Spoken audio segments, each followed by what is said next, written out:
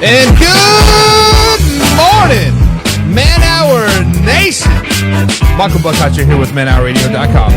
It is AFC Playoff time here at Man Hour Radio. Thursday edition, so that means one thing and one thing only. It is time for a little bit of fact mixed in with a little bit of crap. We got to talk about the Buffalo Bills and Josh Allen's playoff woes. Kansas City Chiefs receivers dropping passes. Joe Flacco, you mean turnover Flacco. But first, and now, Mike's thoughts.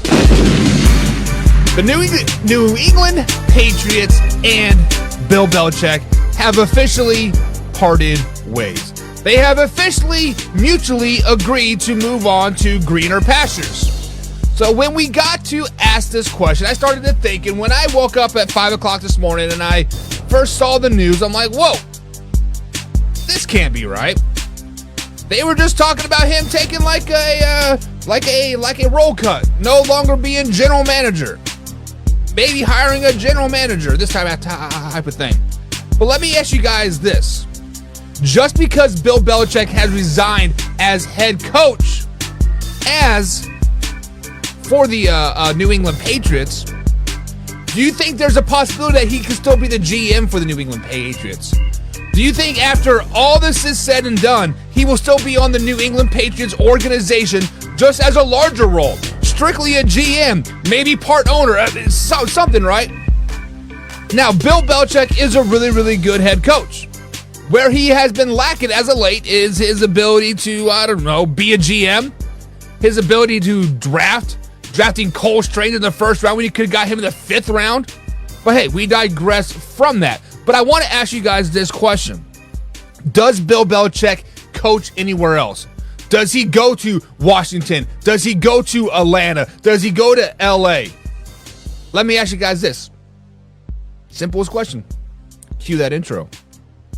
Are you ready for the best damn NFL show on the planet? Man Hour Nation, rise up. You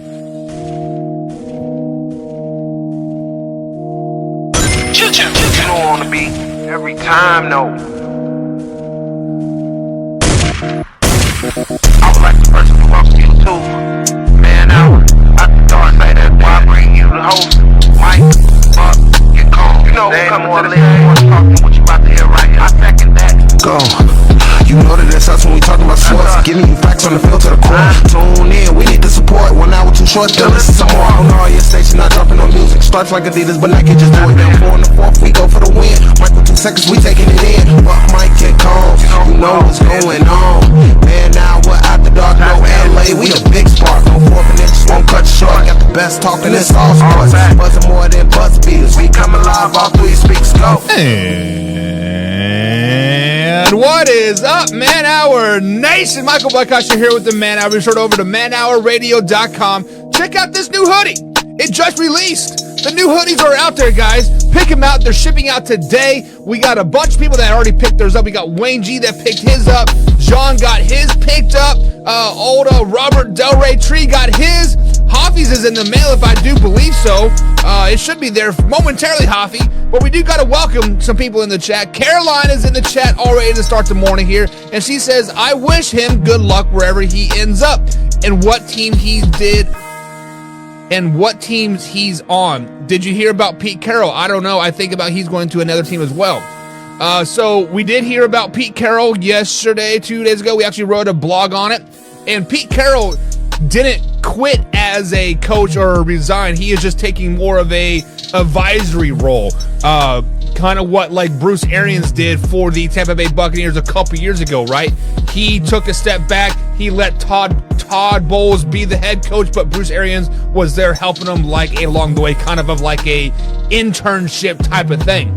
But we got to welcome the peanut butter to my jelly. No, we can't say that. The peanut butter to my ladies, Mr. John freaking Hoffman. What's up, Hoffy? What's up, Buckheister? What's up, Man Hour Nation? Say hello to Snoop Dogg. Snoop D-O-double-G. Hoo, hoo. Man, Snoop's wide-eyed and bushy-tailed this morning. He act like he got a full 2.5 hours of sleep and ready to eat. Yep, he wants to talk his shit. Listen, bring Snoop on, guys. But it is Factor Crap Thursday here. And what Factor Crap Tuesday or Thursday is all about, we got to talk. We basically put out a statement. We've been scouring the old interwebs. I've been putting a little bit of feelers out here or there. And bada bing, bada boom, we determine if it's a fact or if it is indeed a crap. Carson Lang says, thank you. Thank you, Bill Belichick is gone.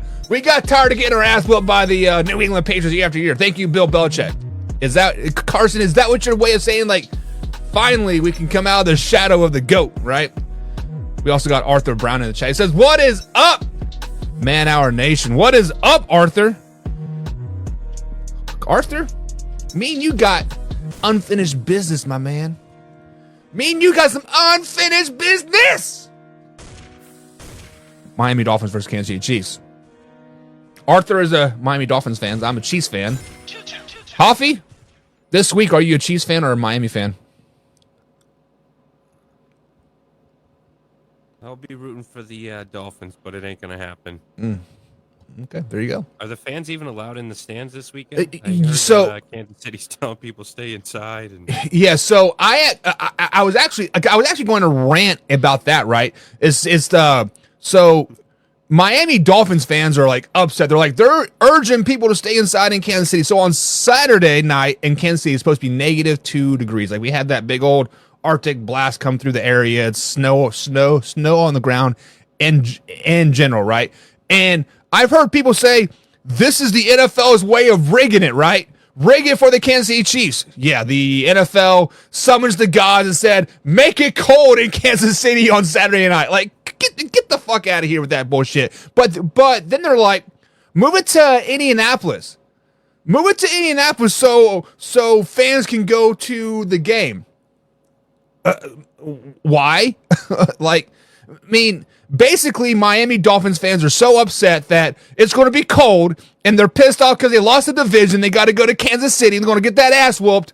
They're looking for any excuse off the bat saying, oh, it's too cold for us to go to the game. They're telling us to stay inside. They're telling us to do this. Shut up with that crap. Yes, the government can tell you what to do, right? Or urge you to stay inside.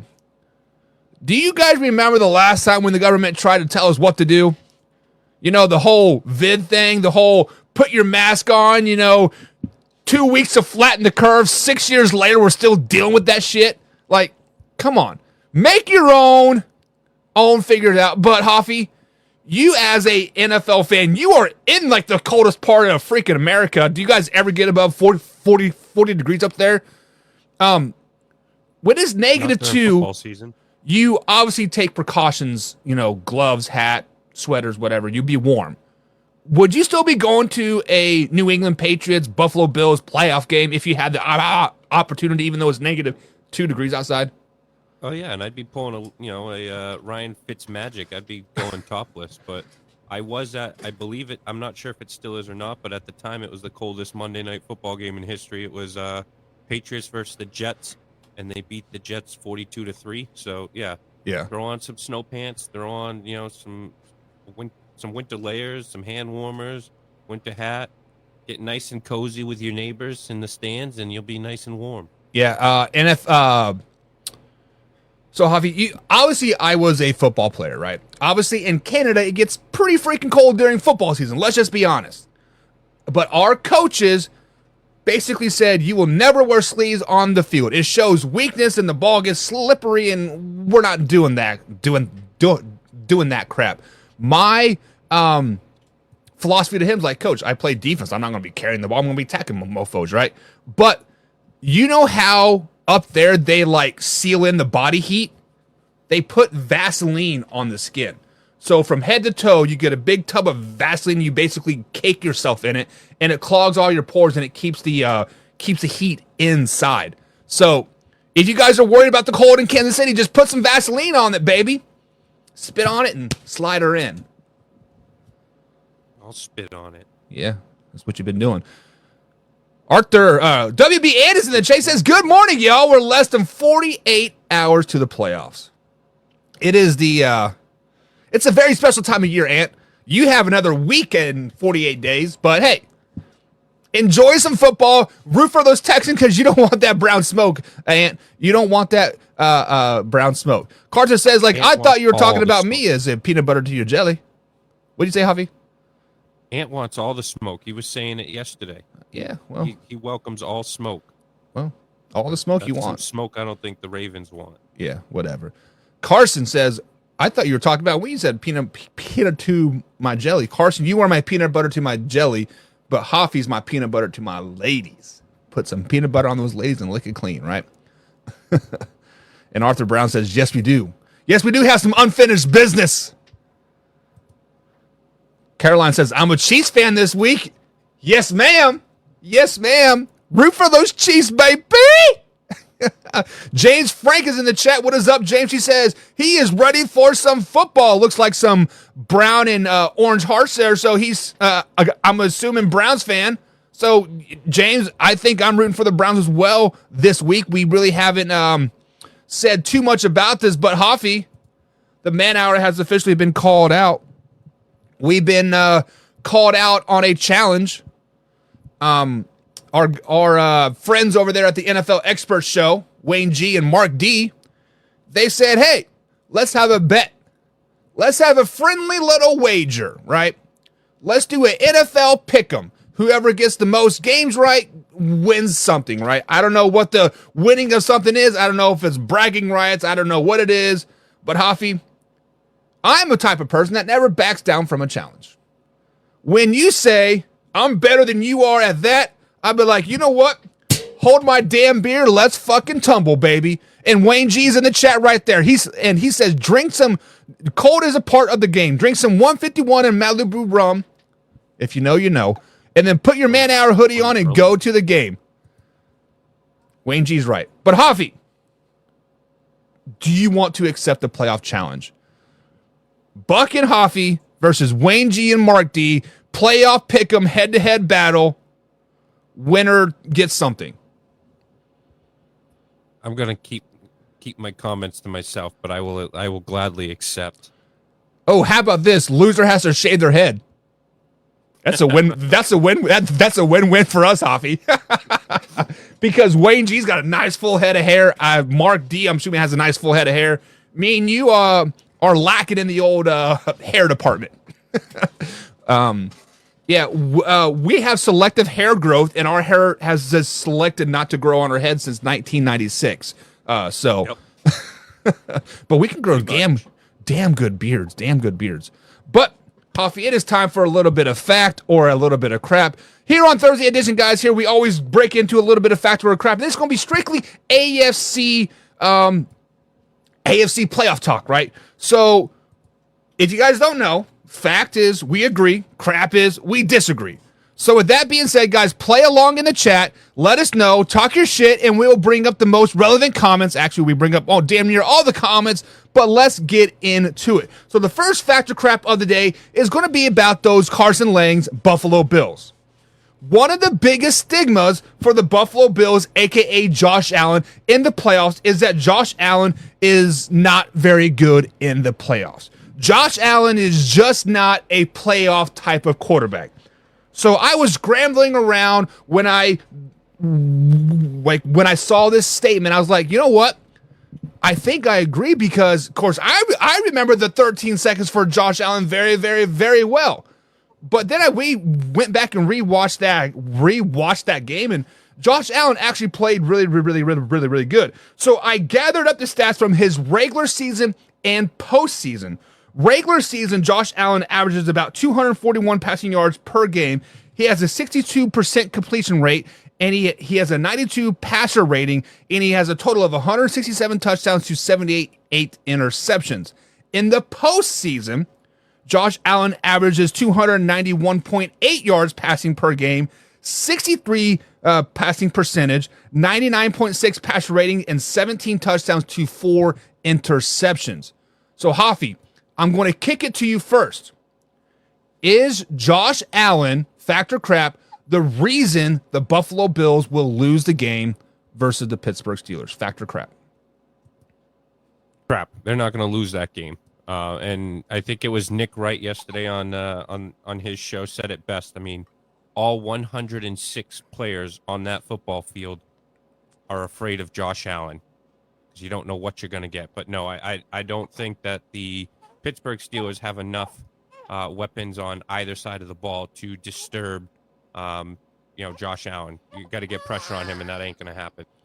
Yeah, Snoop seems to disagree with you there because we all know that, stats lie, right? The simple fact of the matter is that stats do lie. But when we look at it time after time again, obviously the quarterback is going to be taking most of the blame, right? If and when the Kansas City Chiefs lose to the Miami Dolphins on Saturday night on Peacock, which we will be streaming the game live here on our affiliate platform, guys. So don't worry about buying Peacock. Come over to facebook.com, youtube.com, click on the Man Hour, and I have a link to where you guys can watch the game totally for free. But we digress from that. If the Chiefs were to lose to the Miami Dolphins, all that blame is we placed on Patrick Mahomes. If the Browns lose to the Texans, all that blame is going to be placed on Joe Flacco. If the Ravens lose their first round game to the Texans or the Browns or whoever they play, it's all going to be Lamar Jackson's fault. But when I watch Josh Allen play football, I am quickly becoming a Josh Allen fan. The reason is because you don't know what you're going to get. I think Hoffy, your boy, Nick Wright or whoever said it exactly right. Josh Allen, let's look at the Miami game. First half the Miami game, 2 red zone interceptions or 2 interceptions within the 20-25, not quite the red zone, a sack, strip fumble, and he said, you know what? Hold my damn beer. We're going to come back and we're going to win this game. We're going to win this game. And that is what is so intriguing about Josh Allen and the Buffalo Bills. So if the Buffalo Bills happen to lose to the Pittsburgh Steelers on Sunday, right? I think they play Sunday. I can't remember for sure. It will not because of Josh Allen. It will be because other factors within the Bills organization. Crap that Josh Allen will be the reason of the Buffalo Bills failures. Josh Allen will be the reason to crap. It is crap. It is crap. The real reason that the Buffalo Bills could possibly lose against the Pittsburgh Steelers, Stephon Diggs. We talked about AJ Brown being a cancer in the locker room for the Philadelphia Eagles. Last 3 playoff losses for the Buffalo Bills. What was Stephon Diggs doing on the sideline? It's your fault. It's not my. Point and blame at everybody else, right? Point and blame at everybody else. Let's go ahead and jump into the chat. Kevin says, fact. Josh Allen is a bad playoff quarterback, he says. Ant says, crap.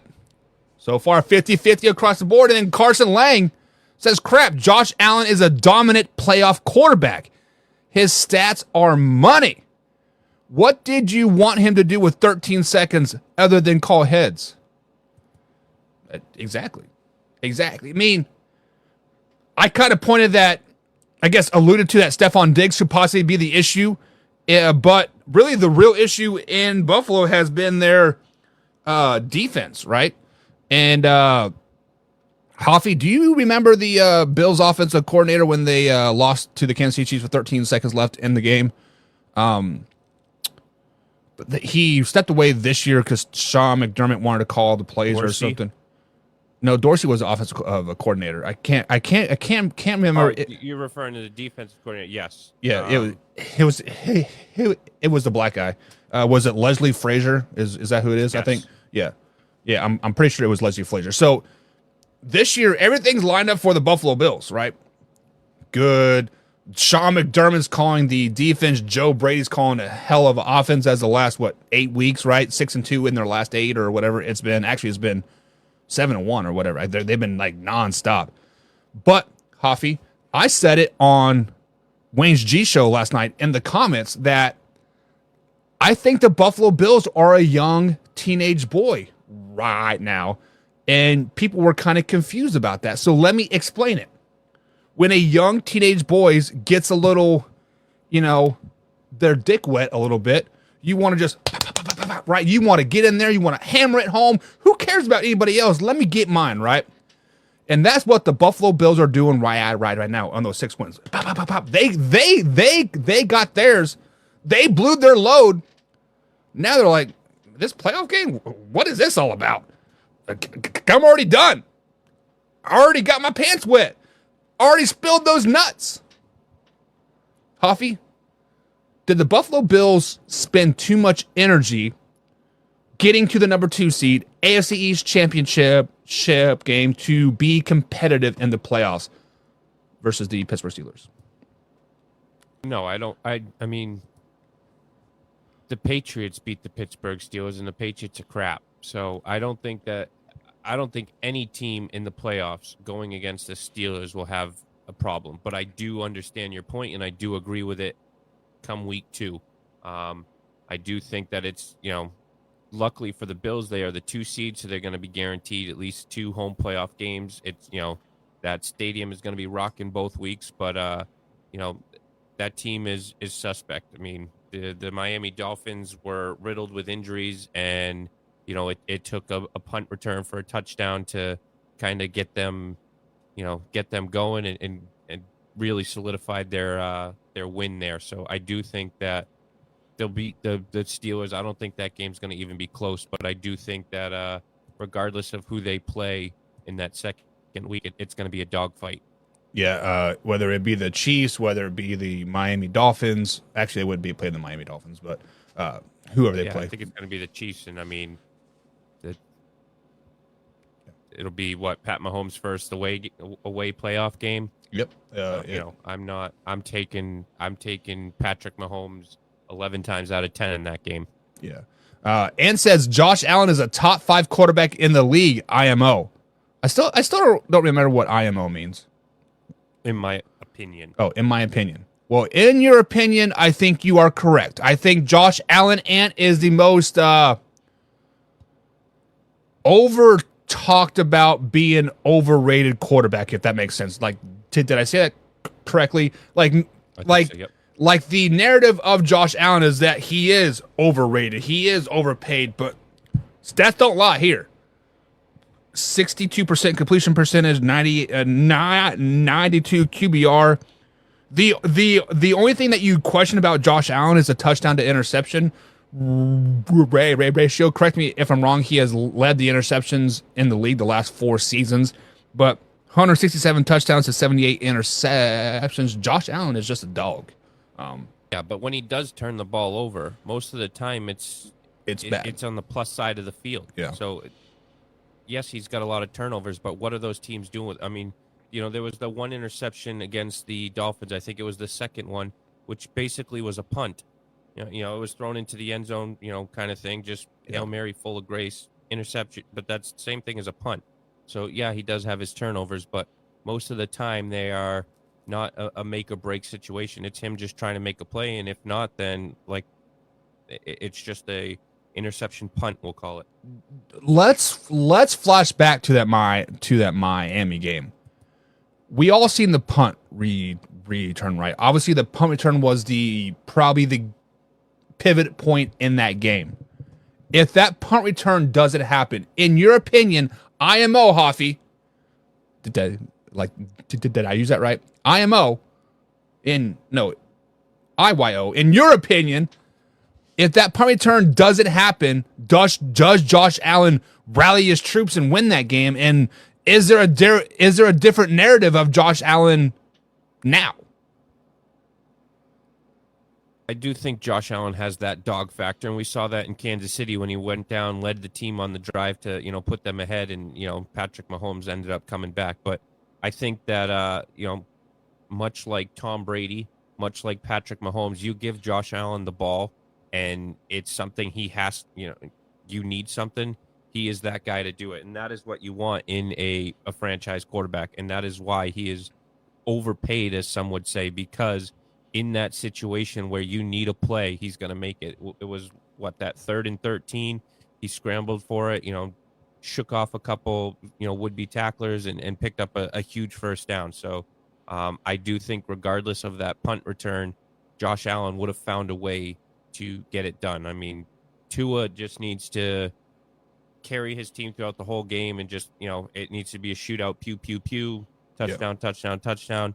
But, it's what can you do in those last 2 minutes? And we haven't seen Tua, show that, hey, I can lead this team on a game-winning drive week after week, whereas we see that with Josh Allen. I think he's right up there with Mahomes with the most, game-winning drives, within the last few minutes of the game. So I do think that, Josh Allen would have found a way to get it done. And honestly, that's probably a stat that I don't want to be associated with, is the most game-winning drives in like the NFL, because that means you are putting yourselves in those positions to be a game-winning drive. That means your defense is doing well, your offense is it is it doing now, etc.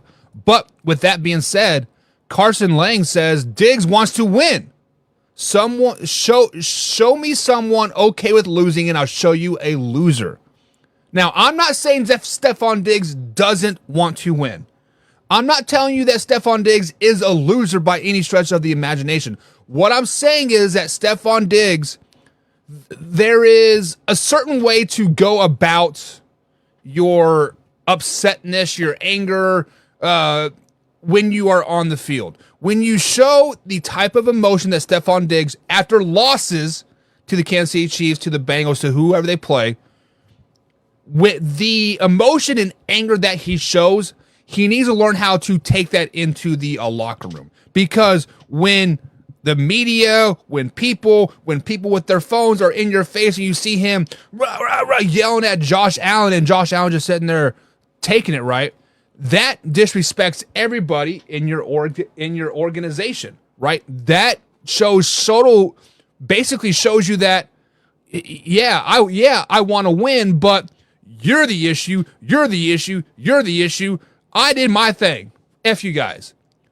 Hoffy, do you think Stephon Diggs, can there be such a thing that you want to win too much? Like you're trying to force will on yourself too much? Does Stephon Diggs kind of fall into that category? I mean, if that is a existing category, yes.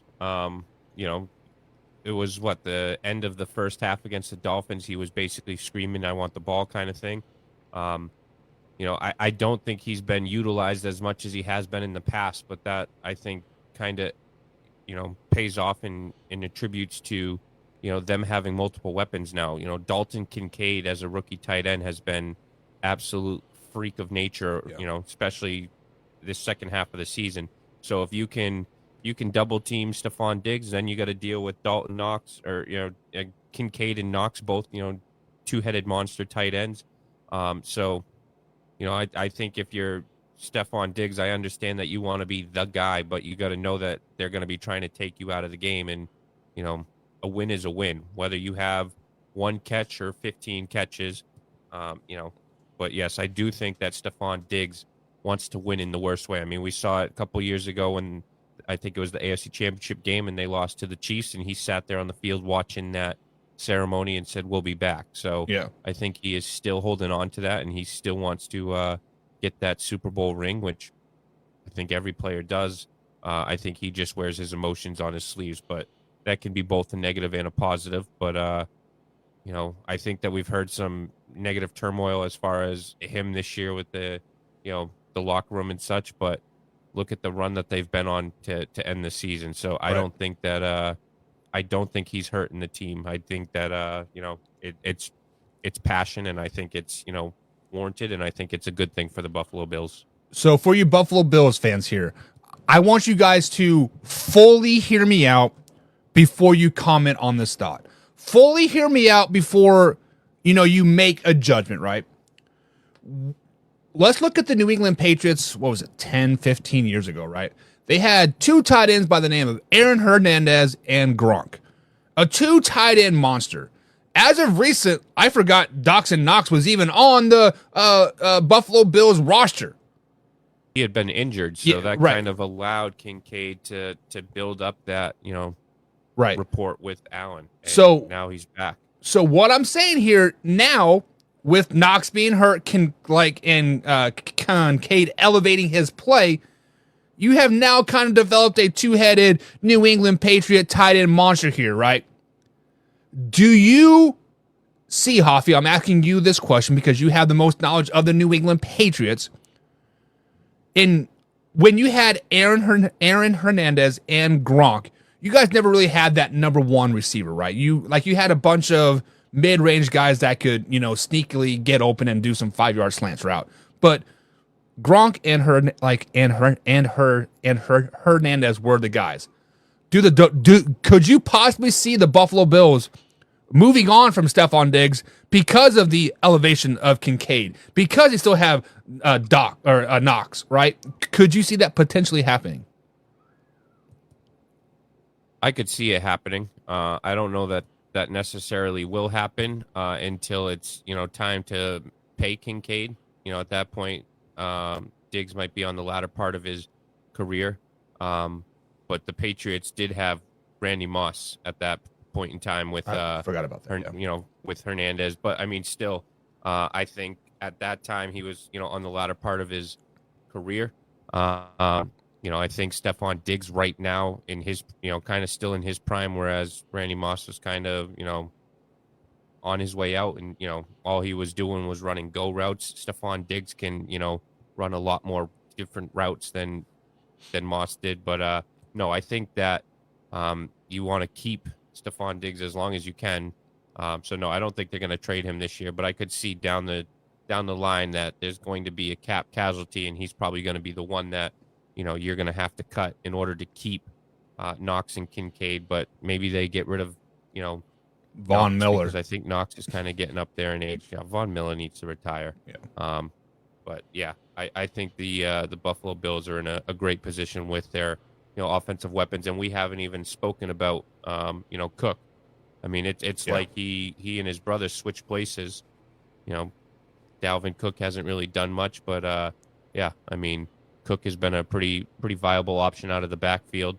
He's been receiving the ball as well too. So I mean, some allowing Josh Allen some solid checkdowns. So yeah, you have 4 offensive weapons that Josh Allen can share the rock with. So it's going to be difficult to get Stephon Diggs those 150 plus yards, 10 catches, but it's nice to have those weapons. So I think it's a beneficial to all parties there.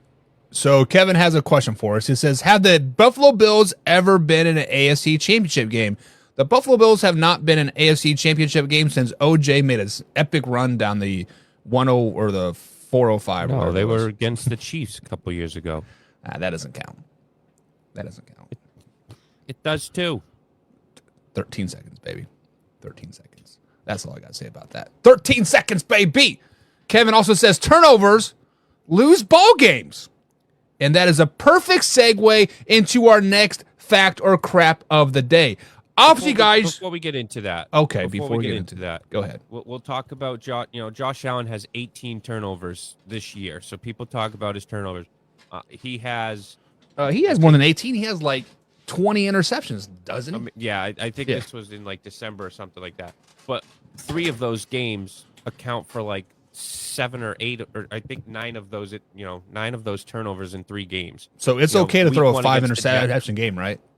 Is that what you're saying? I mean, the week 1 against the Jets, he threw 3 interceptions. Yeah. He had 1 turnover, or excuse me, I think a fumble as well. So, I mean, you take away those 3 games, and he had like 9 turnovers.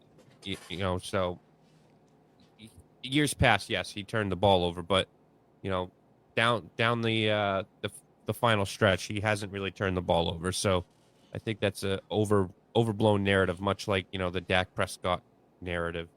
Yeah, Dak Prescott is a MVP. But here on the next fact or crap here, guys, Kevin said it's the best. Was it Kevin that said it? Yeah.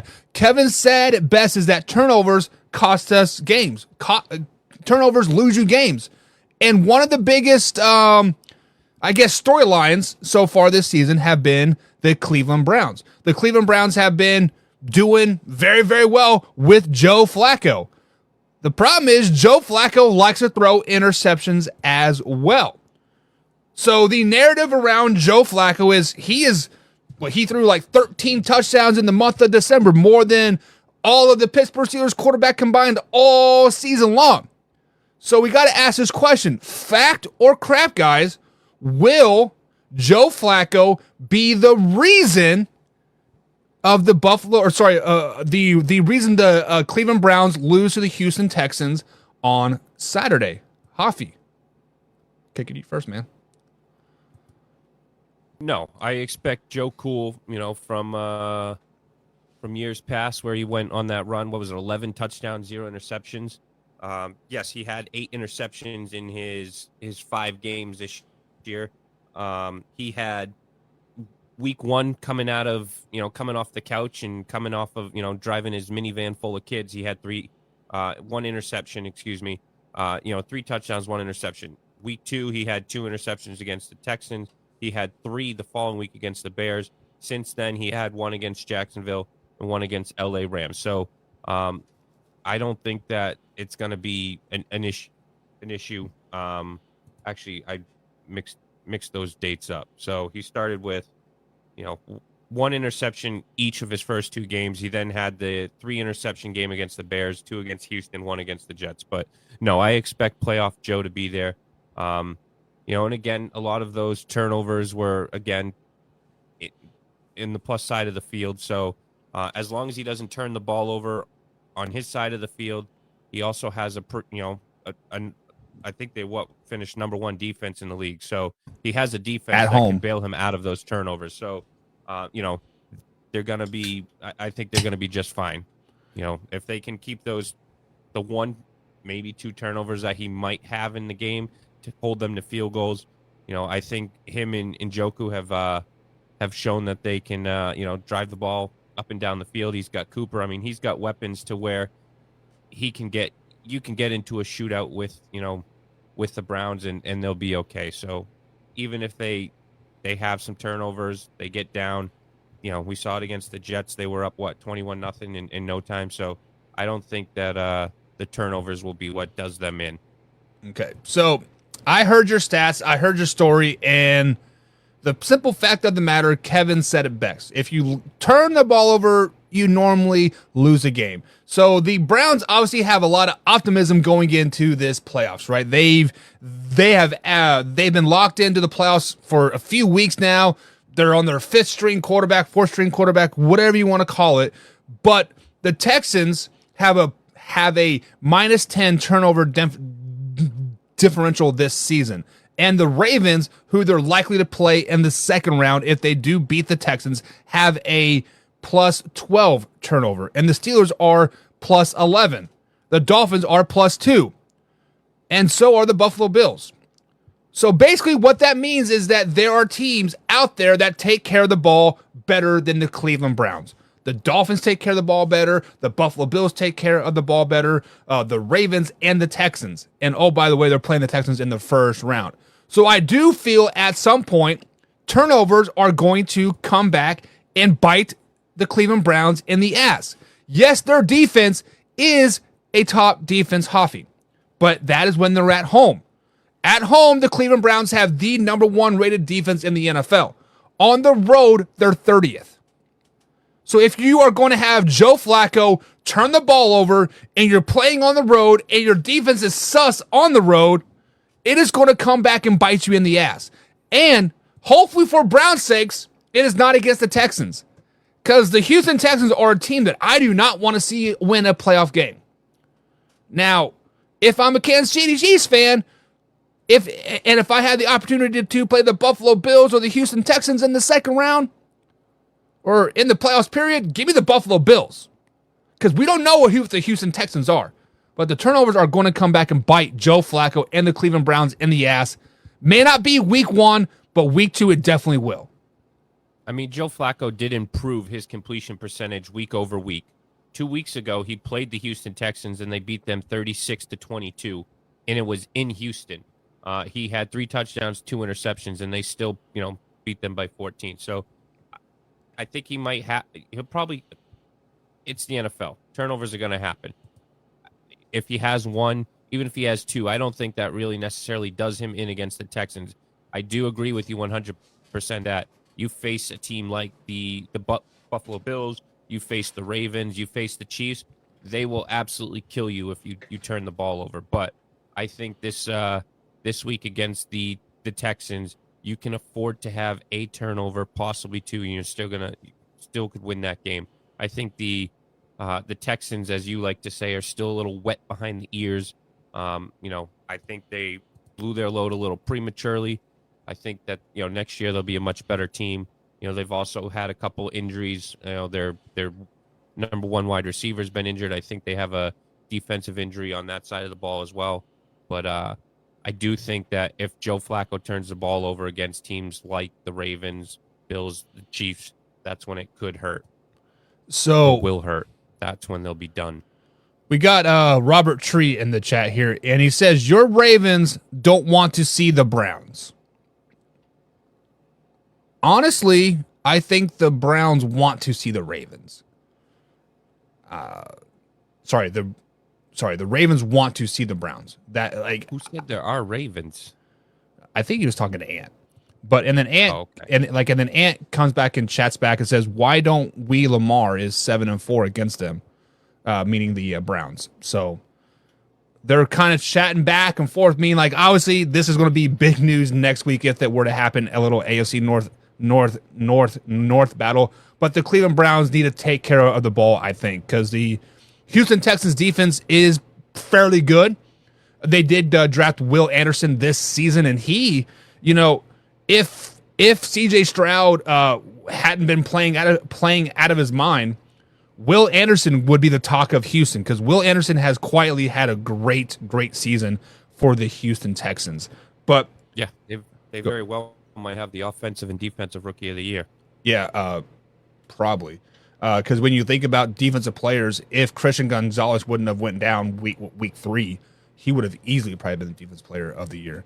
Sorry, Patriots fans, is that too soon? Yes, it's too soon. Okay. And of course, I had ordered the jersey like the week before his injury, and so it didn't come until like after the injury. So hey, can I go ahead and have you order a Josh Allen jersey then when they play the Chiefs next week? We can work something out. Yeah. Maybe. Okay. Thank you. On it. I don't wish injury on like anybody. But moving on. The next factor crap here is going to go toward the Kansas City Chiefs. Obviously, guys, the Kansas City Chiefs have had many drops this season. Their receivers are getting paid to drop the ball more than they are to catch the ball. So, with that being said, fact or crap, are the Chiefs wide receivers the main issue of their offensive struggles this season? When we look at the Kansas City Chiefs, guys, in general, yes, the wide receivers have dropped the ball a lot. Yes, there has been a lot of drops, but there has been a little bit of compounding interest on top of those drops. Along with those drops, Travis Kelce has not reached 1,000-yard catching or receiving since the first time of 2015. He statistically is having his worst year of his career. He is only averaging 10 yards per catch, which is a career low, and he has yardage on a career low as well. On top of that, the Kansas City Chiefs are the most flagged offensive team out there. Their left tackle, Jawan Taylor, and their right guard are the most penalized offensive linemen in their position in the NFL. And then on top of that, they are second in passing attempts this season and 25th in rushing attempts. So yes, the wide receivers' woes have been issues for the Kansas City Chiefs. But if the Kansas City Chiefs start to catch the ball, it is not going to instantly fix their issues. So it is crap, in my opinion. It is crap because the Kansas City Chiefs need to understand that they are not the 2018, the 2019, the 2020, the 2021 Kansas City Chiefs. They are not the up and down the field track meet Kansas City Chiefs anymore. They are a nickel and dime you down the field team right now. They do not have that explosive wide receiver. Yes, we thought we had Sky Moore. Yes, we thought we had MVS. Yes, we thought Tooney could maybe line up on sides for once, right? But the simple fact of the matter is the Kansas City Chiefs right now need to adjust their scheme and become a power running team. Isaiah Pacheco runs with the man possessed. Clyde Edwards-Helaire, get him the damn ball. He was a first-round pick 2-3 years ago. Use him and abuse him and get him out of town next year. Hell, they still have a Jarrett McKinnon. Run the damn ball, Kansas City Chiefs, but the receiver drops are not all the issues on the Kansas City Chiefs offensive side of the ball. Hoffy, what are your thoughts? I mean, they have 26 drops this season. That's 6 more than any other team. They're dropping the ball at 7%. But luckily you have Mahomes that can kind of make up for that margin. I mean, you did have some, you had Odell Beckham Jr., DeAndre Hopkins, Juju Smith-Schuster, who were all out there to be signed. But instead you guys signed players like Charles Omen, and I can't even pronounce his name, Omenuhu, Tranquil, Mike Edwards, Rashid Weiss, and those have all panned out for you. And we talk about it all the time. Defense wins championships. So, I mean, you spend on, we've kind of seen it. They've kind of made a transition to, like you said, away from that offensive gunslinging team, more defensive, power. You still have Travis Kelce. Yes, he didn't get to 1,000 yards, but he also took one game off. He had a couple games in the beginning of the season where he was injured. So I think everything will be quite all right there. The receivers, I think, have kind of been, much improving over these last few weeks. And then, like you said, you have two monsters in the backfield that you can hand the ball off to. So I don't think that this offense has. I don't think this offense is really going to be a problem in the playoffs. I think they're all going to kind of come together. But I would say that the drops have been the biggest disappointment to the offense this year. But when you have Mahomes, you have Kelce, and Pacheco, Rice and Tooney and Sky Moore, I think you'll be all right. So just let me make sure I understand you correctly. If the Kansas City Chiefs receivers start to catch those balls, if they drop the drop rate from 7% to say 3%, they're a Super Bowl winning team? Absolutely. Yeah. I think they're the Super Bowl favorites. I think they take care of the Ravens. I think they would take care of the 49ers, the Lions, whoever the hell, Cowboys. Yes. If the wide receivers are catching the ball, they're absolutely Super Bowl favorites. Yeah, and obviously catching is contagious and drops are contagious too. So once, one person decides to catch the ball, MVS, obviously it's going to roll downhill and be a lot easier for everybody else. And then Patrick Mahomes starts to get confidence in yourself or gets confidence in you. Therefore, maybe we can get that gunslinging mentality back. Caroline says, fact. Somewhat, and I'm shocked with Kelce. It's not like him to have this bad of a year. He has had a career low, but also on the flip side of that, he has missed 3 games, right? Because he missed the opening week versus the Detroit Lions. Obviously did not play a week 18, and I thought he was injured some other game in between there as well. Yeah, he's been. I think he's gotten right at this point. But yeah. I think you could kind of tell throughout this season he had a lot of lingering issues with health wise. But he is what, Tay 30. Will give him a couple rub outs. I think he's 30 to go. He's 36 years old too. So it's at some point your body does break down. That's why a lot of us are retired again, or a lot of players are retired. Arthur Brown says, fact. That is the reason Miami is playing next week. He says the drops from the receivers are the reason why Miami Dolphins are going to beat the Kansas City Chiefs at Arrowhead in negative 2-degree weather with snow.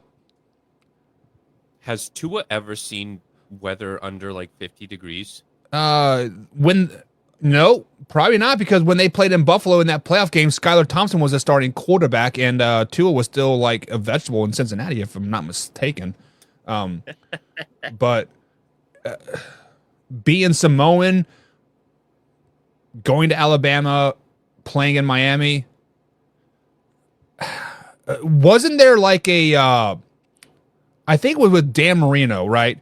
Every time the Miami Dolphins played a kick, like if the start of a NFL game was below like 32 degrees, the Miami Dolphins have never won a game or something crazy to that effect.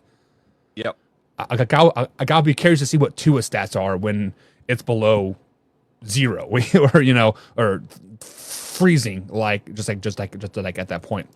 Carson Lang says, fact. Mahomes can only throw the ball.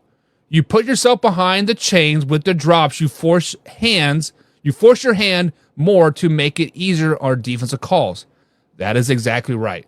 When you are consistently playing 2nd and 8, 3rd and 8, what are you going to do? You're going to roll the pocket. You're going to look for Travis Kelce in the middle of the field, finding a soft zone. They're going to triple bracket him, and you're going to rely on Rashid Rice to drop the pass. Like, it just, I get it. I definitely understand. Carson, you're probably exactly right. Go ahead. Tua has, I guess, according to NBC Sports, 20 degrees is the coldest weather he has ever played in, and the forecast is showing with the wind chill to be less than 0 degrees. Did he win that game when he started 20-degree game? Trying to find that. Ant says, should have paid Hill. He's the most dominant player in the league. That Hill times Kelce duo was unstoppable. And looking on it hindsight, I agree with you, right? A evolving Tyreek Hill with a evolving Travis Kelce would have been a match made in heaven. But let's flash back. 0 and 4. 0 and 4 below 32 degrees. Tua is. That's tough. No, he's 0 and 4 below 45 degrees with a 55.5% completion percentage and a 71 QBR. And it's supposed to be -2 in Kansas City. Good luck with that. But Ant says they should have paid Tyreek Hill. Let's flash back to 2019.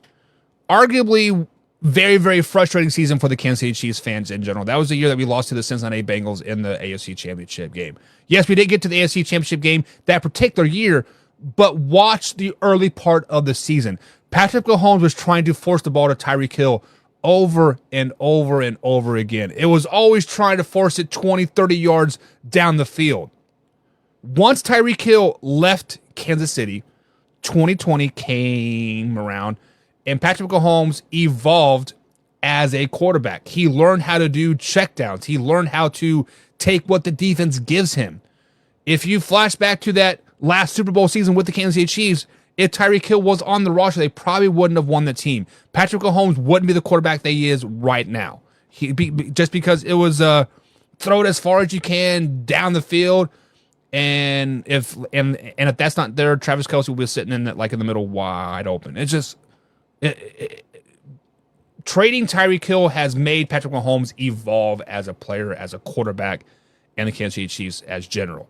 Now, if the draft picks would have panned out on the offensive side like they did on the defensive side of the ball, we wouldn't be talking about the missed Tyreek Hill, right? If Sky Moore was Sky Moore like he was at Western Illinois or wherever he went, he would be the dog, but he's not. Jim says, Travis Kelce's in love. Listen, love or not does not affect your play on the field. If anything, it makes it better because you want to show out for your old lady. Right? Like you don't want to see your lady drop you past the ball. Hoffy, when Judy would... Mom, you got to impress her. Yeah, when Judy would come to your softball games, that you're like, oh, I'm happy with a single. No, you want to pull that big old dick out and hit that ball 400 foot, right? Bombs and bat flips. You want to get your shaved bat out because we all know you got a shaved bat, and you want to spit on those hands, get it all corked up, and you want to telescope that thing, right? Come on. Taylor Swift is not the reason why Travis Kelce is having a bad year. And Robert says he's too worried about Taylor. Listen, I would give you that if the stats would reflect that, right? When Taylor Swift is at the games, if he performs worse. But when Taylor Swift is at the games, he performs better. When Taylor Swift is not, he's still performing at the same Travis Kelce. I don't know. Carson says Miami going to get their shit pushed in. I don't know. It should be a good game. I don't think it's going to be close. Caroline says, ain't no way because those Dolphins going to be frozen Dolphins. Give me some tuna, she says. Give me some tuna. Arthur says, relax. He not playing naked. Well, Arthur, the stats have been spoken. When it's below 45 degrees, not 30 degrees, not 20, not 10, 45. Not 0, but 45 degrees, hell, in Vermont, they're still wearing shorts. He is 0-4.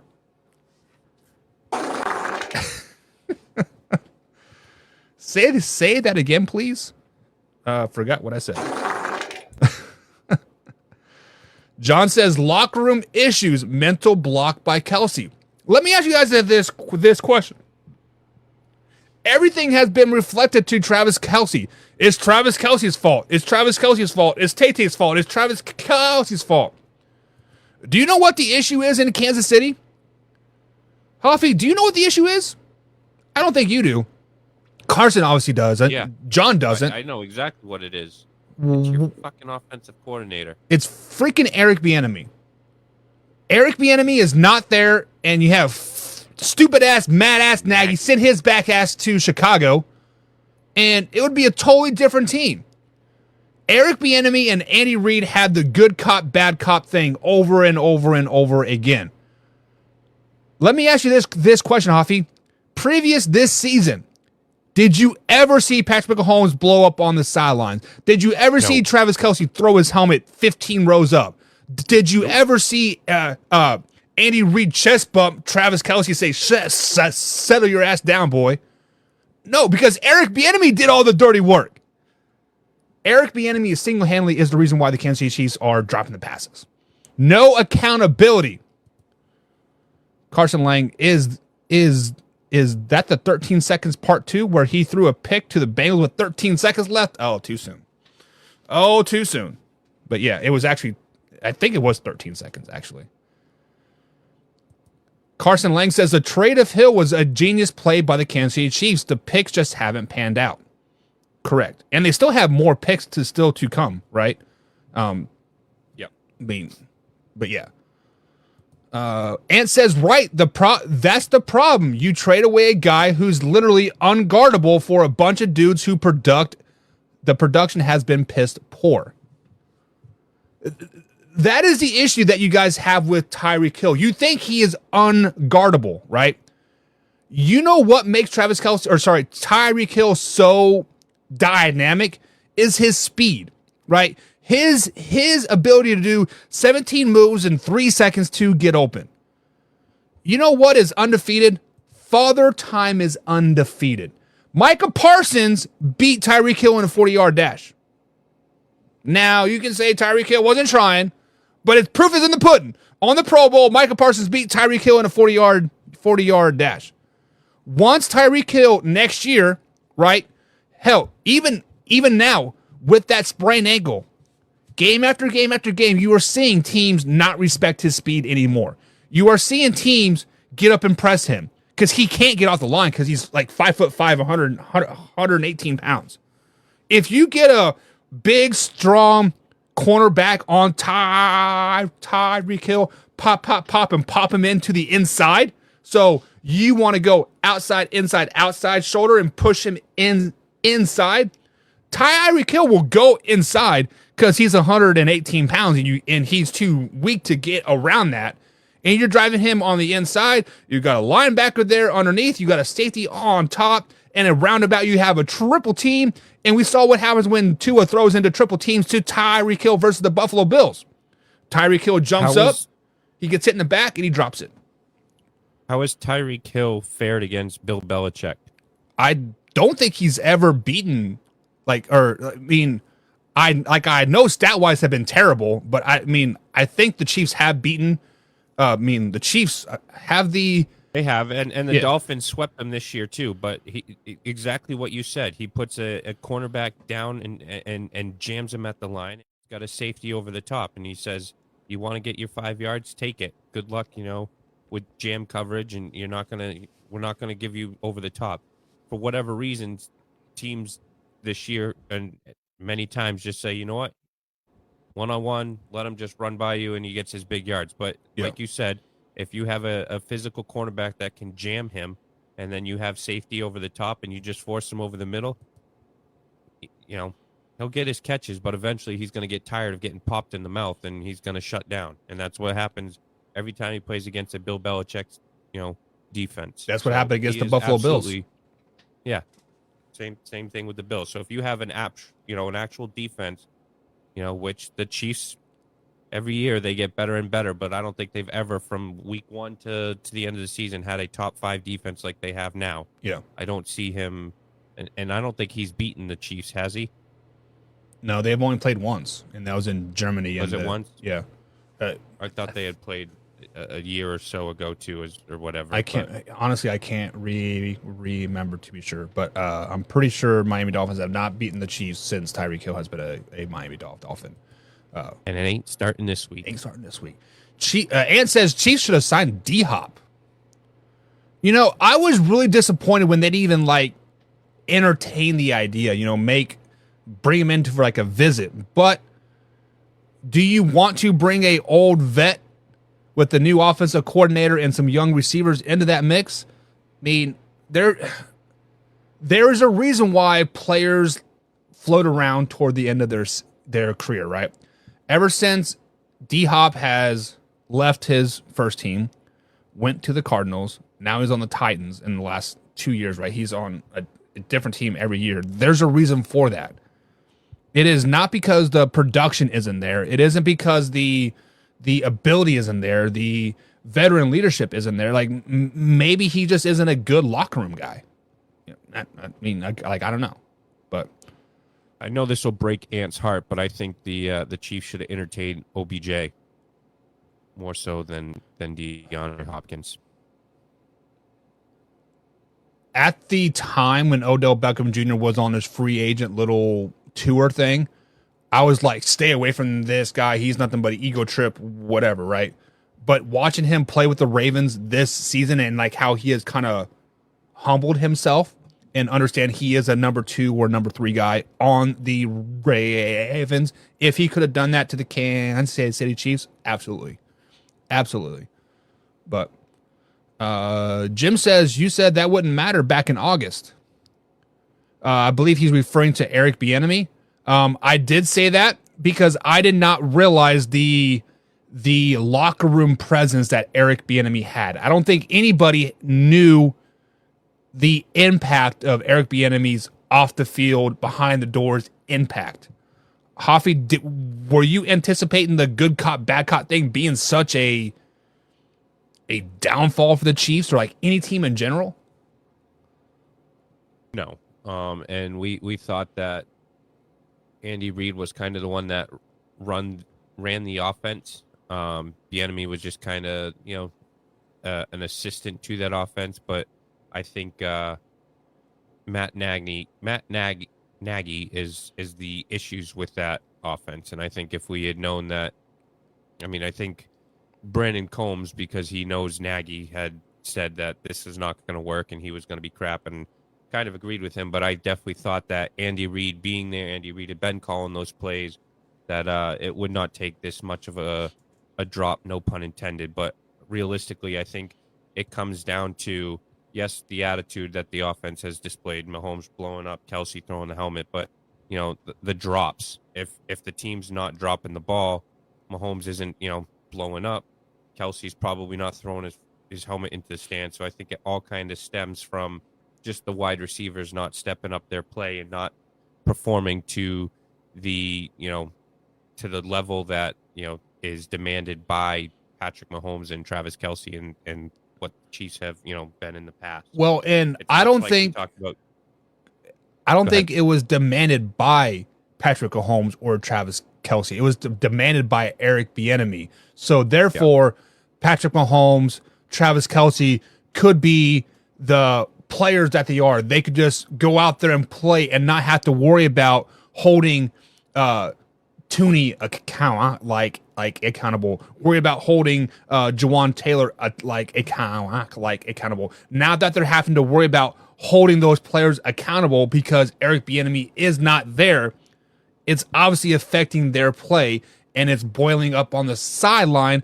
And when Travis Kelsey threw his helmet, when Patrick Mahomes blew up at the refs versus the Buffalo Bills game, it was just a a compiling of like, I'm having to do too freaking much. Get Matt Nagy out of here. Bring Eric Bieniemy back. And Eric Bieniemy is probably not going to be the head coach in Washington. Probably going to end up getting fired. If I'm Andy Reid, I would definitely entertain the idea of bringing Eric Bieniemy back. I'd be on his phone right now, like, hey, we know Bill Belichick might be coming to Washington. He's going to probably bring in Josh McDaniels. Let's just be honest. You're going to be fired. There's a home here for you, buddy. Don't call him. Ask your wife to text him because it'll be some type of tampering bullshit, right? It is what it is. But guys, we do have a lot of comments we got to get to, but we are time's up here on today. We'll be back tomorrow, 10 a.m. East Coast time. And Hoffy, we're going to have to do our playoff picks. We have previewed the NFC. We've done the AFC. And tomorrow, we break down each and every one of those games and we make our picks. Are you ready? Are you prepared to make those picks tomorrow? Yep. Don't let me down, because if we lose to Wayne G, I'm kicking you square in the Jerusalem. Please do, because I don't need any more kids. Send us It'll out, big save guy. me a hell of a medical bill. Send us out.